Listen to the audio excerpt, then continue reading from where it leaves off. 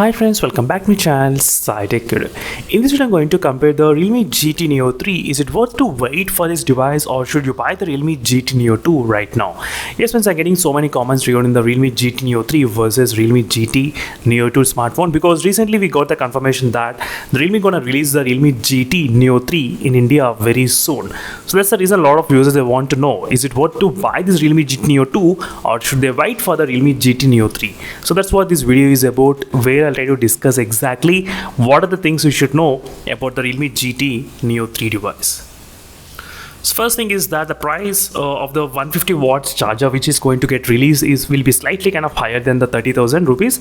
So that's something you should know, and there will be only 150 watts charger model which the Realme will be planning to release in India. I don't think there will be 80 watts charger because there is no information about the 80 watts indication. So there's only information about 150 watts in teaser which has been released recently. So that's the one thing you should know about. First thing is about the battery. The Realme GT Neo 2 will be having 5000 mAh of battery capacity, and GT Neo 3 will be having 4500 mAh of battery capacity. Because of this fast charging, the battery backup slightly kind of decreased. So the phone can charge pretty fast in 20 minutes of time. Within 20 minutes, this phone takes within 40 minutes of time to charge. But you'll get the battery backup 5000 mAh versus 4500 mAh of battery capacity. So I wish they could have released the 80 watts, but hopefully, let's see friends what's gonna happen.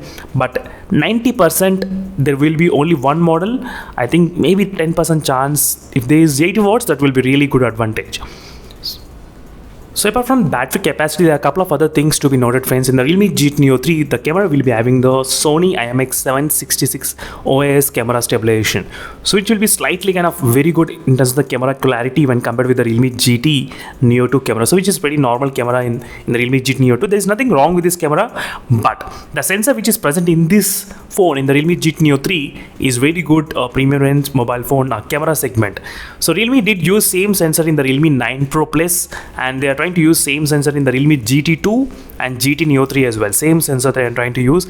So camera can be slightly better in the Realme GT Neo 3 when compared with the GT Neo 2. So fast charging one advantage, and camera is another thing about the Realme GT Neo 3. And the phone gonna release with the Android 12 out of the box. So you can actually expect one more Android version in the Realme GT Neo 3 device.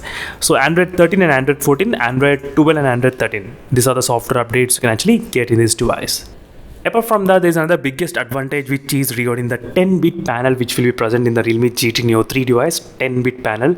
And whereas the Realme GT Neo 2 will be having only normal E4 AMOLED panel. So 10-bit panel in the Neo 3 versus AMOLED panel, E4 AMOLED panel in the Neo 2 device. So definitely the 10-bit panel will be looking really very good and saturated when it comes to the normal AMOLED panel.